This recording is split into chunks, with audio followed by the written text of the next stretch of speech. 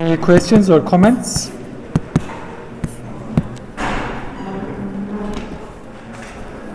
Okay, last time, no questions? All right. So last time, we introduced so-called Lorentz transformations rather than Galilean transformations, which look like something like this.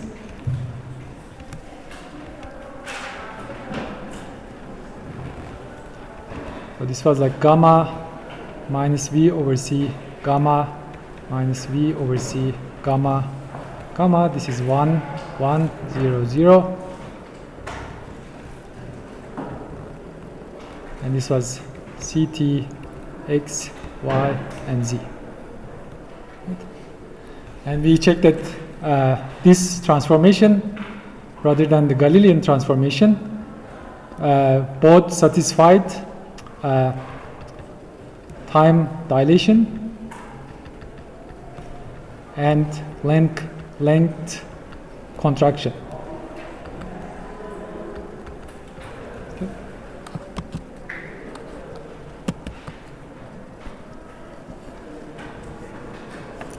Additionally, we also wrote down so-called velocity transformation.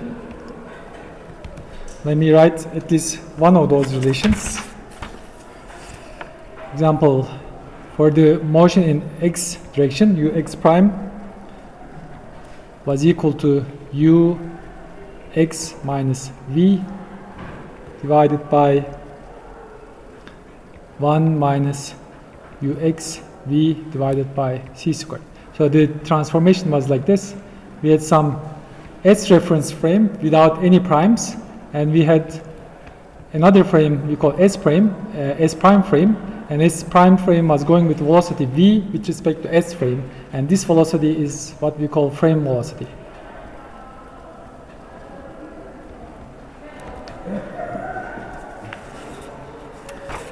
Hopefully you remember that. Any questions? Any comments about that? So today I'll talk about momentum in relativistic physics. If you remember, Galilean transformations preserved momentum conservation. So let's see if that's the case in the relativistic transformation. So let's introduce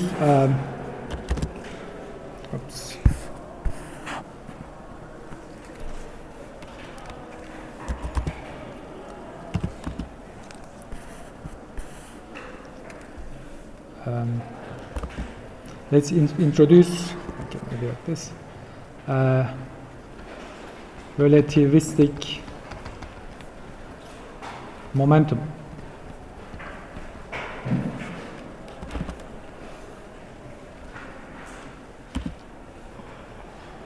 So let's first start with classical momentum. Classical momentum.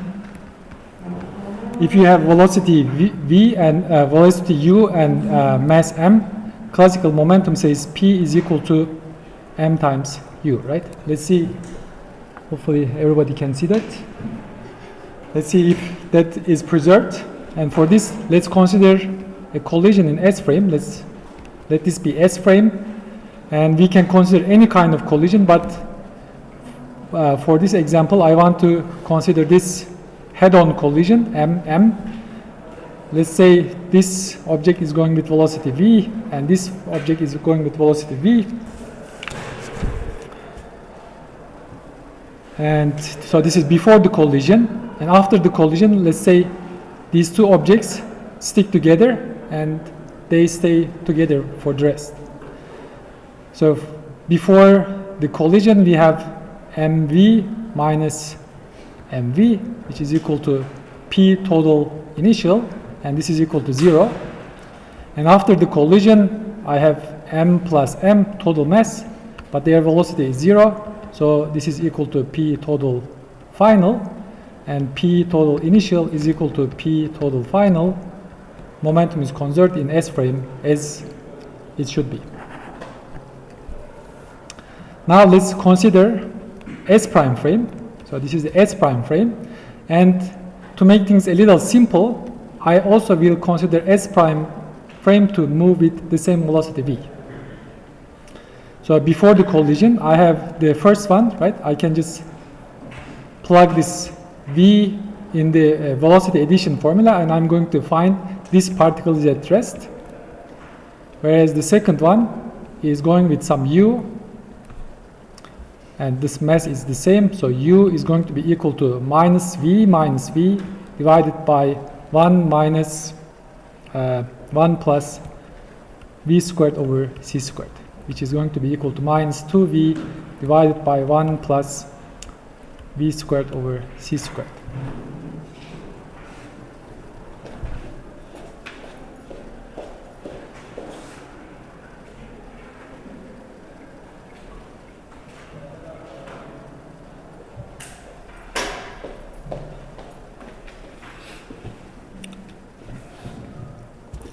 So after the collision, so they stick together. They have mass 2m, and the velocity, because you are going, the frame is going with velocity v to the right. After the transformation, this whole thing is going to go with velocity. We can just put it in that transformation, minus v minus v. Okay, this one is going to be 0 divided by 1 plus 0 times v over c squared, which is going to be minus v. And p initial total is going to be equal to minus 2 mv divided by 1 plus v squared over c squared. And p total final seems to be minus 2 mv. And it seems like P total initial is not equal to P total final in S prime frame. So it seems like we are in trouble. And if the momentum conservation is not good in one frame, there is something wrong with momentum.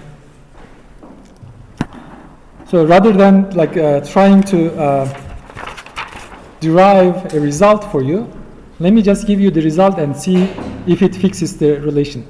Rather than this P is equal to mu, I want to put like a u factor here, and gamma u is defined by 1 over 1 minus u squared over c squared. So rather than usual momentum, let's use this momentum first in S. So this is mv, this one is again mv, and p, let me just write the total initial, is going to be equal to gamma v mv minus gamma v mv, which is obviously 0.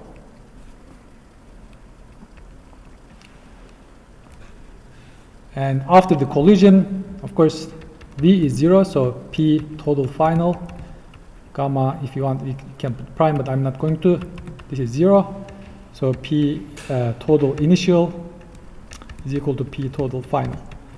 So S frame is still good. Now let's consider S prime frame. In the S prime frame, we have m, and v is equal to 0.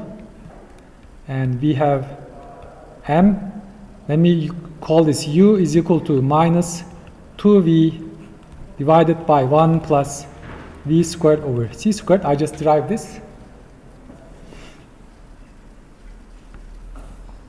And p total initial is going to be equal to 0 from here. So this is gamma v minus 2 mv, and this whole thing divided by 1 plus v squared over c squared. So this is initial, and the final one is I have this, and this is like a blob of two masses. let's call this 2m. And the velocity is u, we just derived it, minus 2v divided by 1 plus v squared over c squared. And let me use m is equal to 2m. Now I need to do a little bit algebra. So p total final is gamma u. Let me use this for total mass times u. Let's look at this gamma u. Gamma u is equal to 1 over 1 minus u squared over c squared, which is equal to 1 over, okay, I have like a huge term, this velocity, 1 minus 1 over c squared. So this is minus, but square is going to make it plus, doesn't matter. So this is 1 plus v squared over c squared squared. So let me copy this thing and manipulate. So this is what I need to simplify.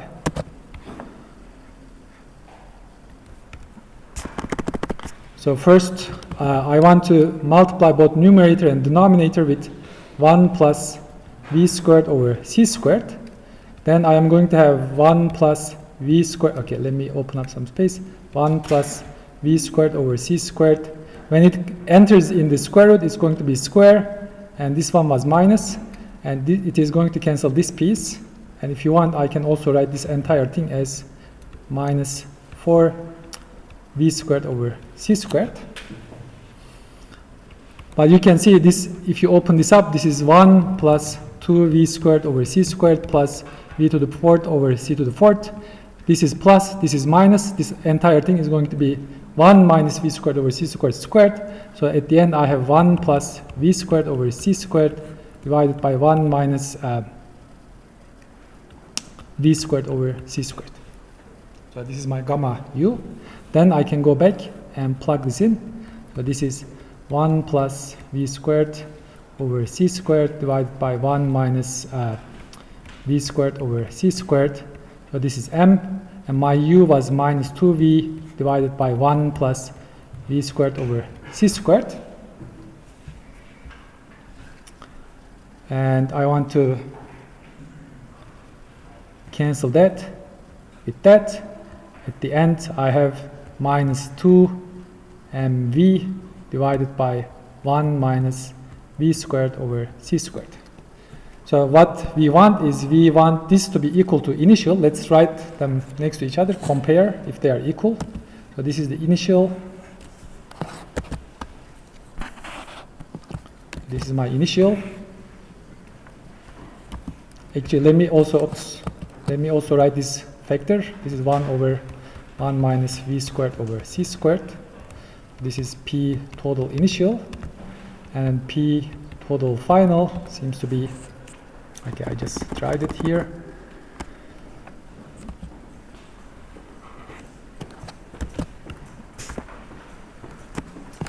So this is my p total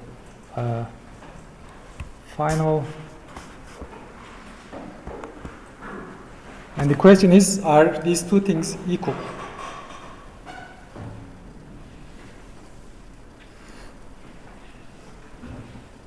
Any suggestions?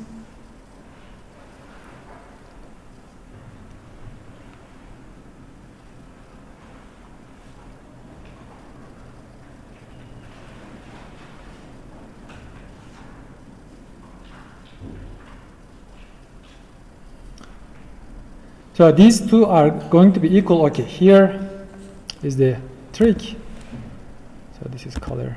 Oops. So this m we thought to be 2m. If we put that, momentum will not be conserved. So we need to say m is equal to 2m 1 minus v squared over c squared. Right? Then you can see, right? Then you can see this is minus 2 m divided by 1 minus v squared over c squared, and there's like v, and there's also 1 minus v squared over c squared. I think this one should be minus, and now they are equal. Okay, so here, huh? Why did we write 2? Because there's two anyway. There's 2 here and there's 2 here, right? If we say Pn is equal to 12, it will be 4m. Yes. Sorry, this is m, right? I think I just copied the wrong thing from the top. So we said this is m. I think this should be. So this. I think this is mu. This is m. U. And I think this is correct like this. Right? I think this is v. And after we said u is equal to negative 2v or 1 plus. here we said u is equal to v. This one? Yeah. So if we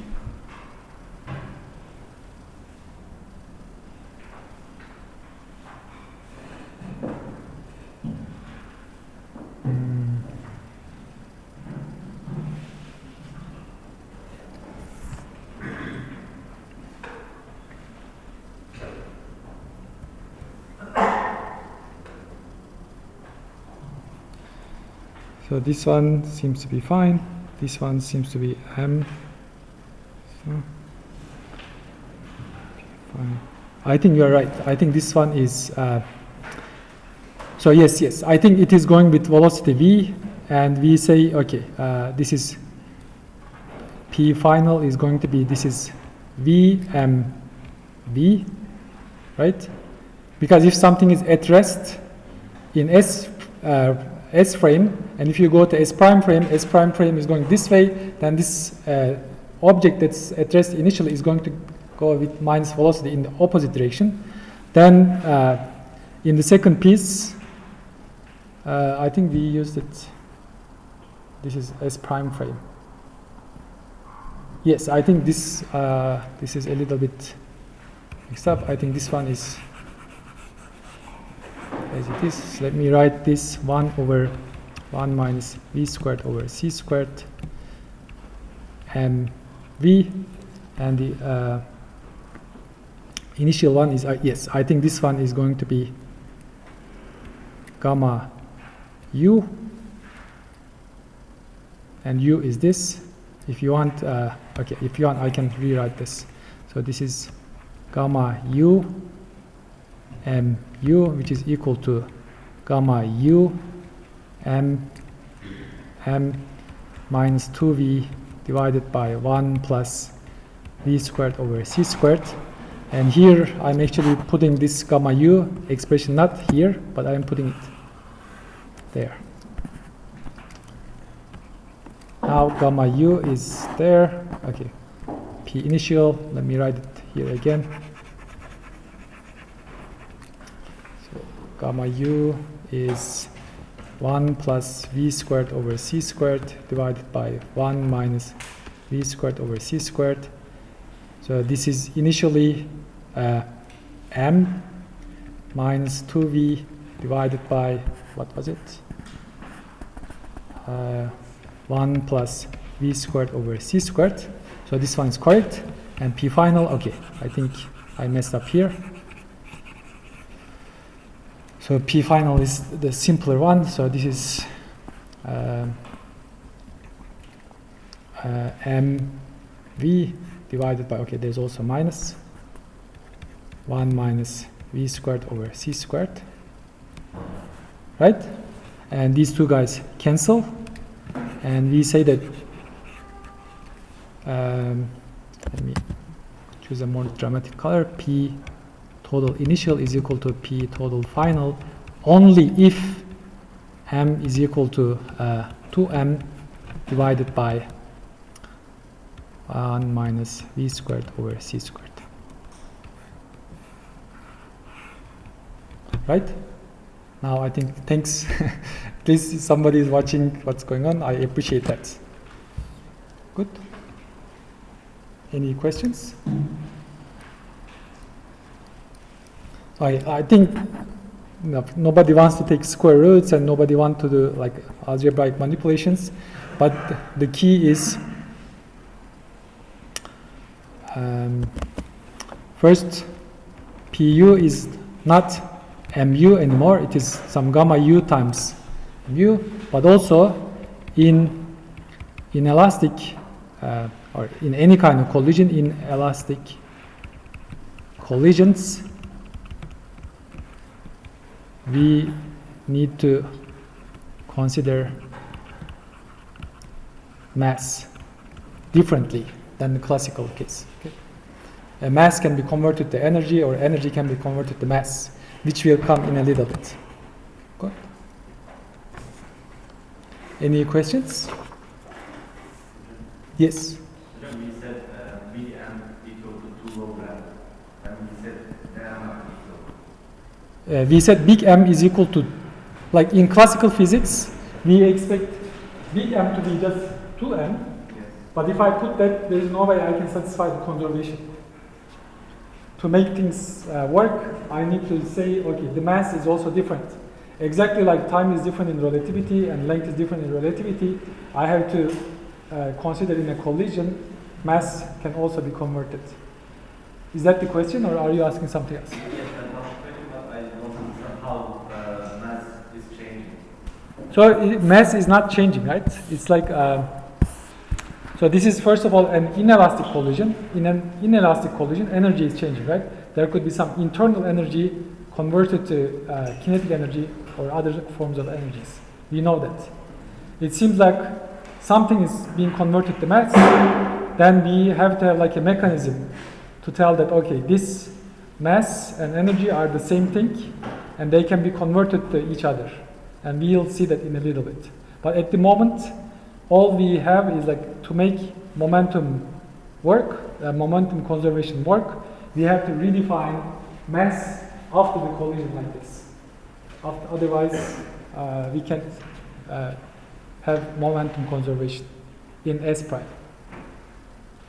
But yes. So, this is observed from S, right? Yes.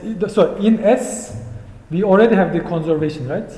And then we transform the S prime, and we want momentum conservation also in S prime. And what we did is like we in S prime, we calculated the initial total momentum and final total momentum.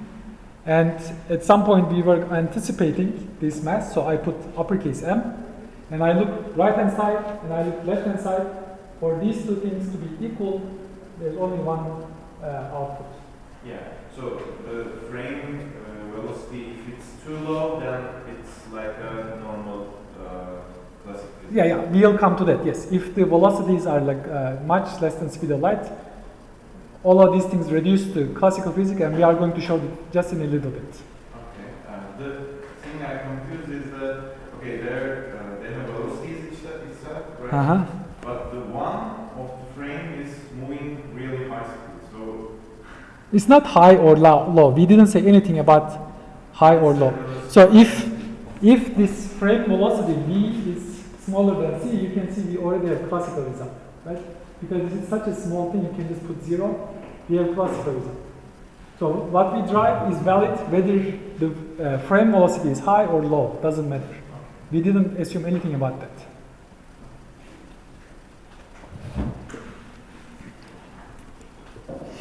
So since we have like a momentum, let's also consider relativistic energy.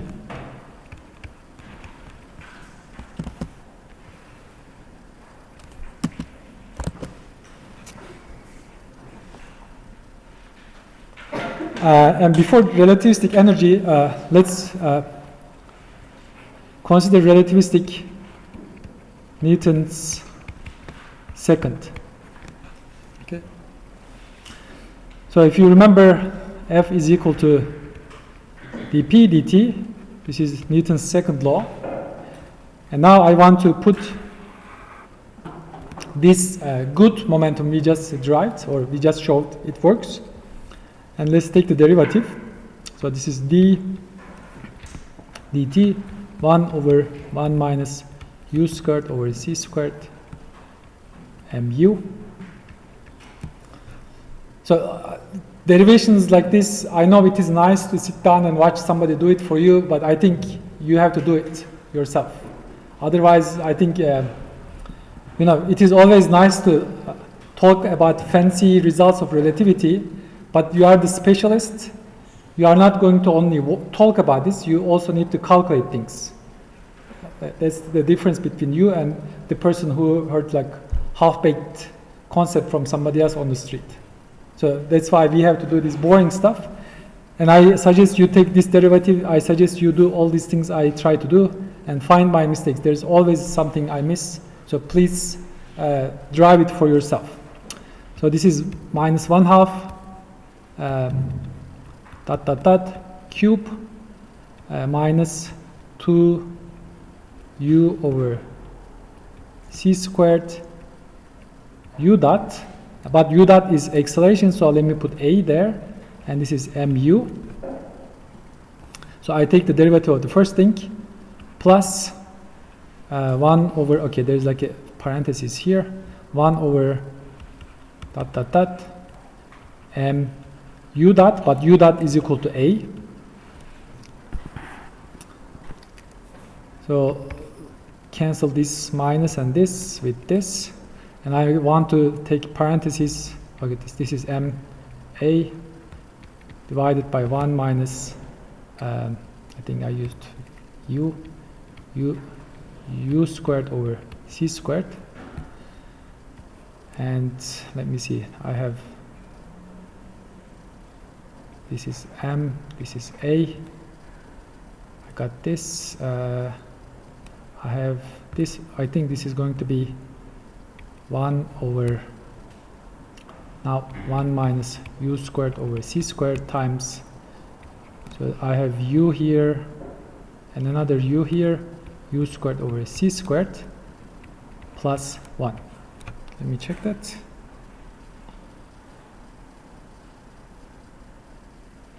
Yes, I think it seems to be correct. So this inside parentheses, u squared over c squared plus 1 minus u squared over c squared, and divide entire thing 1 minus u squared over c squared. These guys cancel. So we have ma divided by 1 minus u squared over c squared 3/2. You can see that. Then I can write this for a is equal to f over m 1 minus u squared over c squared 3 over 2. And what this says is as u goes to c, put u is equal to c, right? Then 1 minus c squared over c squared is 0. Then as u goes to c, a is going to be 0 even when f is non-zero. So even if you keep pushing the particle, right, even if there's still like a non-zero force, at some point there is no acceleration. And this says that nothing can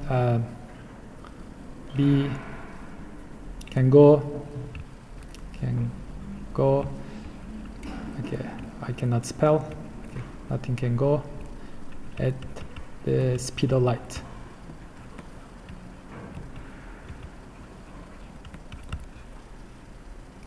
Good. Any questions? So first we derived momentum, now we derived Newton's second law, now let's derive energy, and after that I'm going to finish for today. Let's hang on, I have a little bit more to show, so let's do the last thing, relativistic energy.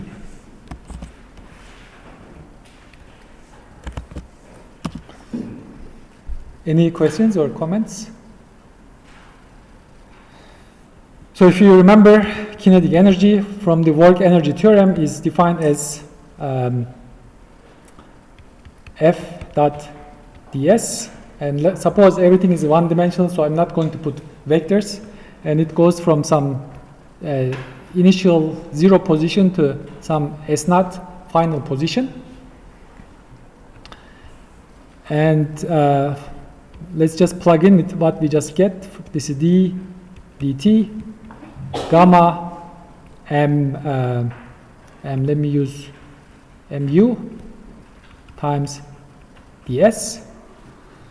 And since we are physicists, I can take this dt and put it here, and I can call this ds dt u, because change in distance is by definition velocity. Now I'm going to do by parts, and this is going to be gamma mu times u minus gamma mu du. If you want, I'm going from some 0 to u, and this is going from 0 to u. It's kind of unfortunate we have to use integration variable and integration limits with the same symbol, but that's safe as long as you know what you're doing. So the first one is gamma mu squared, and we have to take the second integral. So this is 1 over 1 minus u squared over c squared mu du. So let's call w is equal to 1 minus u squared over c squared, and dw is going to be equal to minus du divided by c squared. Then this integral is 1 over w, and whenever I see du, I'm going to put minus a half c squared outside, and there's also m dw, and this is elementary. This is going to be minus m, I think where did my m go? Here is m, minus m c squared, and now let me put 1 minus u squared over c squared, and the limits are from 0 to u, and this is going to be, if I put u minus mc squared 1 minus u squared over c squared, minus minus is plus, is going to be mc squared. So this then turns out to be gamma mu squared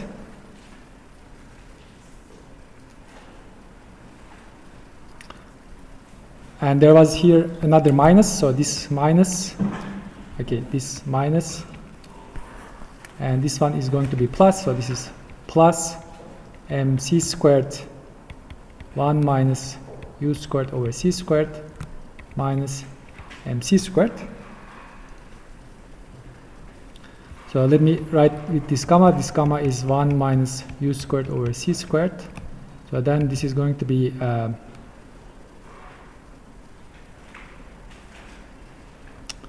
I want to take a m c squared parenthesis. So this is 1 over 1 minus u squared over c squared. This is u squared over c squared, and this is 1 minus u squared over c squared. Actually, I can even put a minus 1 here. And this is, okay, now multiply this, what? This is u squared over c squared plus 1 minus u squared over c squared. Cancel these. Then kinetic energy is mc squared times gamma minus 1. And I remind you, gamma is 1 over 1 minus u squared over c squared. Good.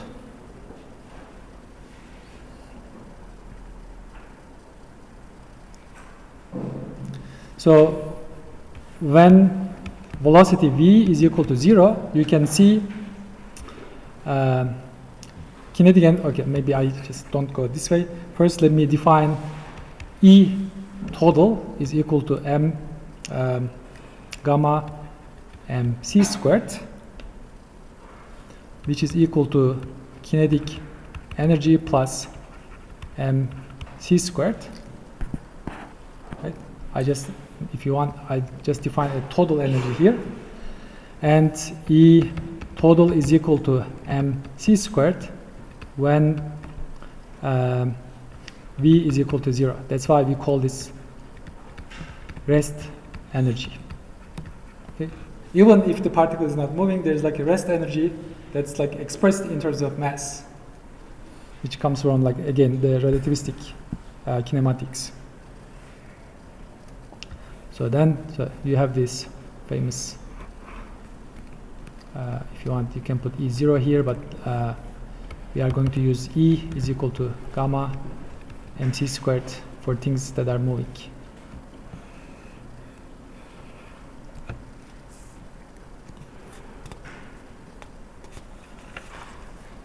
Any questions or comments? Yes. Is rest energy equal to all potential energies? Right now we don't have any potential energy. If you have potential energy, you have to put additional term. It's like whatever the potential is. Then E total is not. Yes, if there's like an external potential, E total is not this, right? Right now you can easily add this additional term here, E total. If you have V of x, you need to put it there. Yes? Where does this internal energy comes from? E is kinetic energy plus mc squared. So this I defined, right? So first I used work energy theorem to come up with kinetic energy, right? So I defined kinetic energy, and this comes from f dot dx, and I found this one.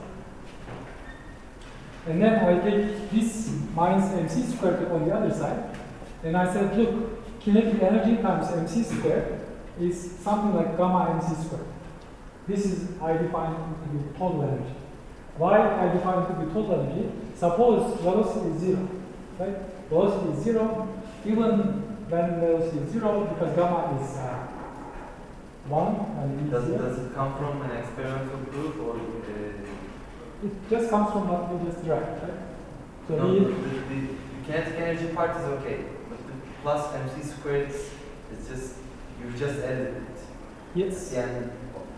Yes, I edit it and I look at this object, and when I look at an object in the limit of V is equal to 0, there should be no kinetic energy.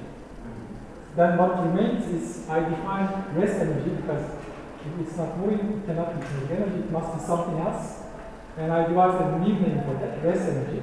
And I said it has to be there because of this. How can you just define rest energy and call it mc squared? Because it comes from here, right? So kinetic energy is this. I don't look at anything. Like, I'm not like picking up something from, like, I just say I have this result.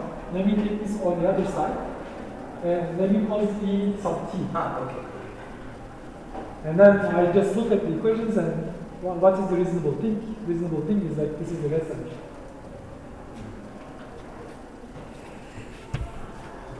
Any other questions or comments?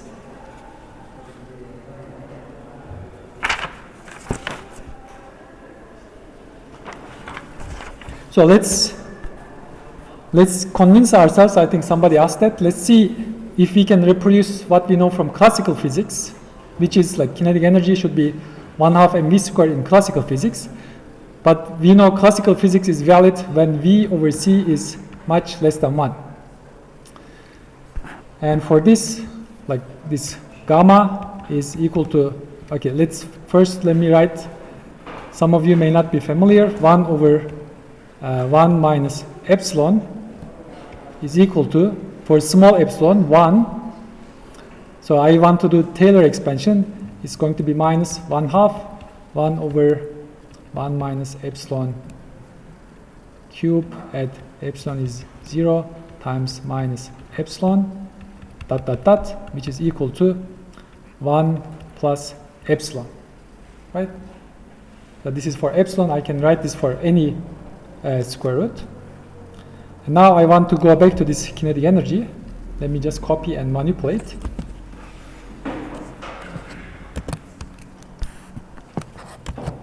So this is my kinetic energy. And I know this is mc squared. And for gamma, I'm going to write 1 plus, whenever I see epsilon, I'm going to put v. Okay, I think I have plus, so I forgot this 1/2, 1/2, 1/2, v squared over c squared minus 1. Cancel that with that, and cancel this with this, and you can see I have 1/2 mv squared as it should be. So it makes sense, and then it also makes sense to define total energy.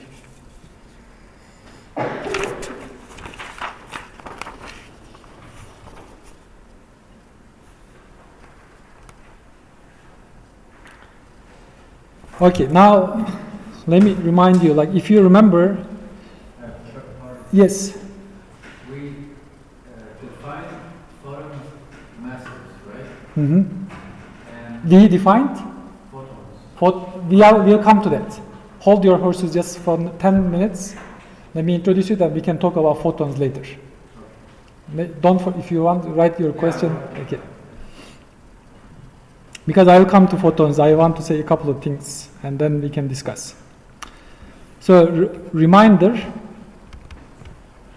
So if you remember, there is like some t which is changing from frame to frame, and there is some x which is changing from frame to frame. But if we combine these two things in a nice way, this, what I called invariant spacetime, does not change from one frame to another frame. Then this suggests defining a so-called generalized vector, which I'll call 4 vector. Then maybe I can just say Ct and x. Typically, don't be scared, but people use this kind of notation for that. And the inner product in this 4 vector space is defined this way. And we show that that makes sense, because then delta S is invariant from frame to frame. Now we have energy and we have momentum, right? Let's consider these two objects and see if we can combine them in also a reasonable way to get like a 4 vector in energy momentum space.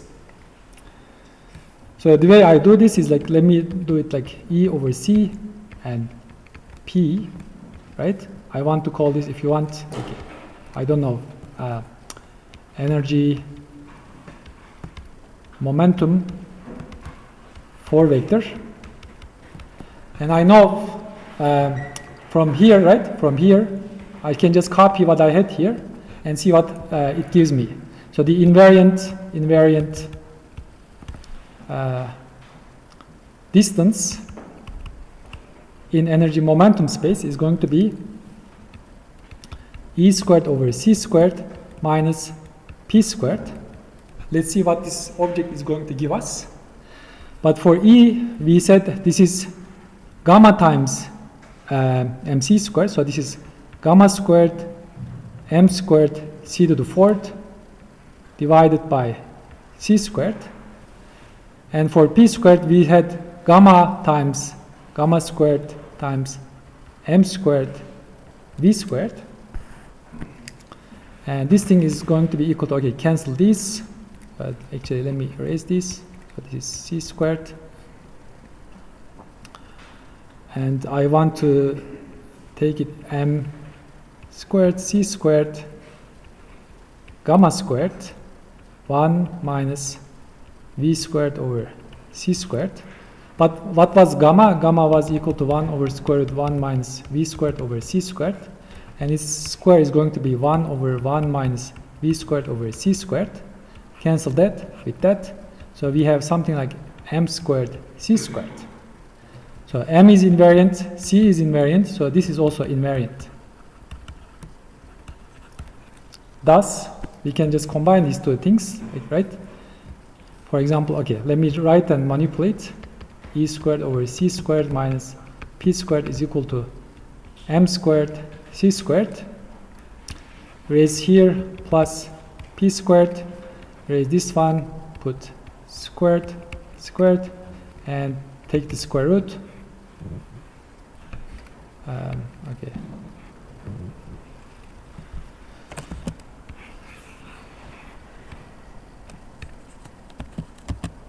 Okay, this is like an important equation. And here we can see a couple of things. If V is equal to 0, we have E is equal to, okay, this is C to the fourth, mc squared as before, and things make sense. Good, any questions with this formula? So this is the energy, and if I remind you, P is gamma, and I think I used V, and I also have like E is equal to gamma mc squared. I have in total 3 relations. Now we can think about the case for photon. What is photon? Photon is massless as far as we know. It was not obvious in the early 1900s, but today I think nobody has any doubt that photon is massless. So let's put m is, okay, consider, let me not call it photon, let me call it, consider m is equal to 0, but suppose V is less than C and see if that is even possible.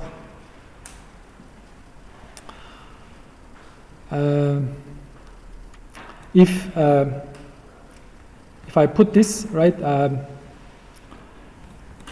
E, I found PC, right, I just put m is equal to 0 here, and this is going to be just PC, and P is equal to gamma mv, but m is going to 0, right, m is 0, that means this is going to 0, but if P is 0, then I can just go back here and I said E is equal to 0, and if E is equal to 0, P is equal to 0, everything is 0, there's no such thing, right? Then no such particle. Okay? When m is equal to 0 and speed of the particle is less than c, there's no such thing. Consider now m is equal to 0, but v is equal to c.